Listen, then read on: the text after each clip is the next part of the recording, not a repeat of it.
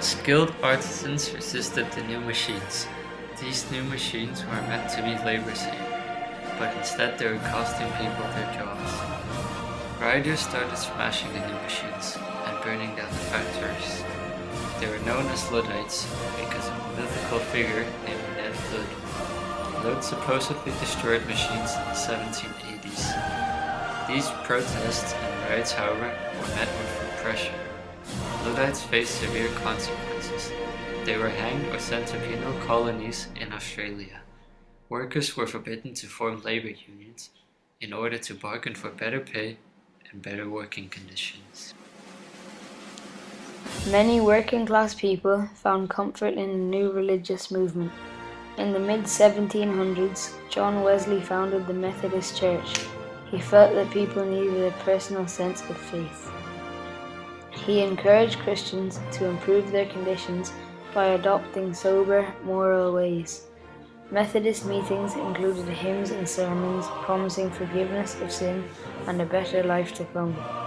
Preachers would take this message into the slums to the working class people in hope of restoring hope and self-confidence. They had Sunday schools set up in order to study the Bible, as well as learning how to read and write. John Wesley was an incredibly smart man with lots of energy, who travelled all over the place, mainly on horseback. He was born in 1703 in Epworth, England, to parents Samuel and Susanna Wesley. He was the 15th child in the family. His dad became a rector in 1696, and when John Wesley was 5, he was rescued from the burning building of the rectory, which had a lasting impression on him, causing him to be more grateful and religious during his life. Entrepreneurs that had set the Industrial Revolution in motion reaped the rewards. This new middle class was made up of several groups. Merchants, inventors, and skilled artisans were all part of this group. Their abilities propelled them to a better life. Some rose from rags to riches. Middle-class families lived in well-furnished houses. They dressed and ate well. They valued hard work and were determined to get ahead. They had very little sympathy for the poor and blamed their own misery on them, stating that the poor were so lazy and ignorant that they could not work their way up out of poverty. They placed a new emphasis on women acting more ladylike. Middle-class women were encouraged to become more ladylike as a sign of their new standard of living. They did ladylike activities such as drawing, embroidery, or playing the piano. They did not work outside their homes and were discouraged from doing physical labor of housework. The first thing a family acquired with their new wealth was a maid to do the work for them.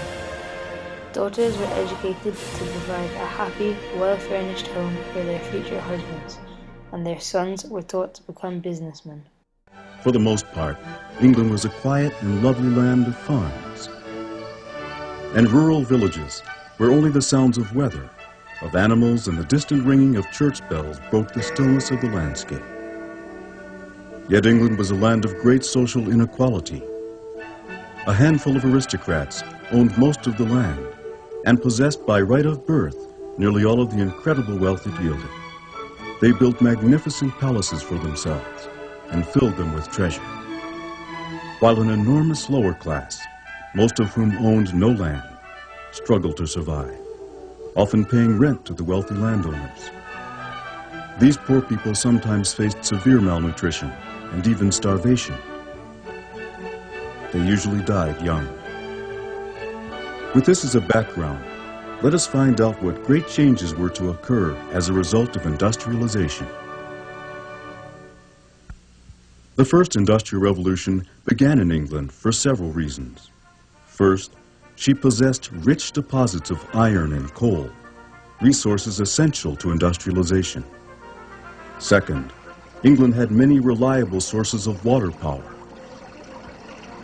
And third, numerous colonies around the world supplied her with abundant raw materials, like this cotton. And at the same time, they provided an enormous captive market for her manufactured goods, like this cloth.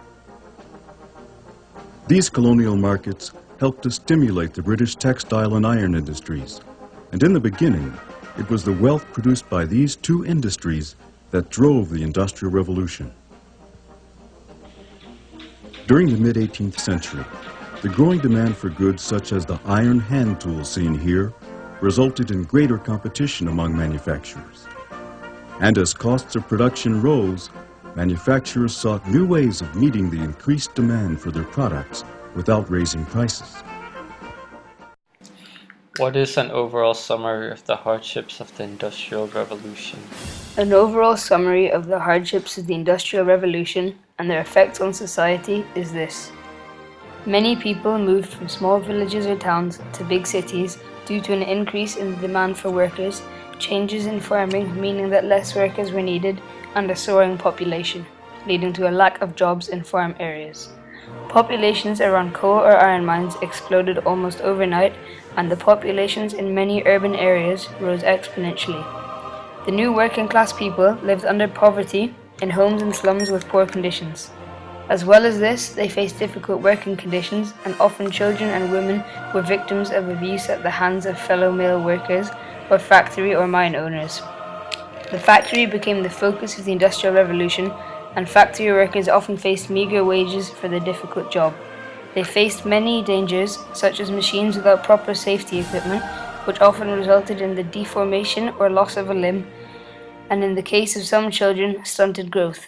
Women and children were the main workers in factories because they could be paid less than men for the same job. They were also preferred in the mines because they were small, swift, and nimble.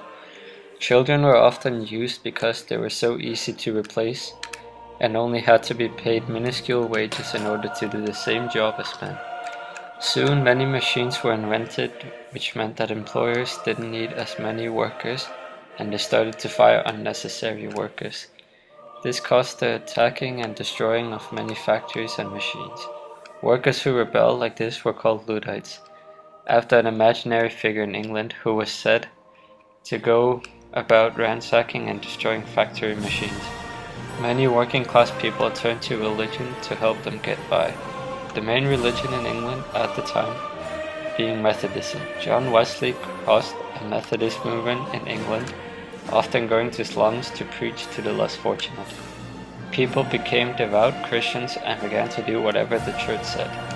There was new emphasis on ladylike behavior, and rich middle-class families often did no hard labor and had people to look after them.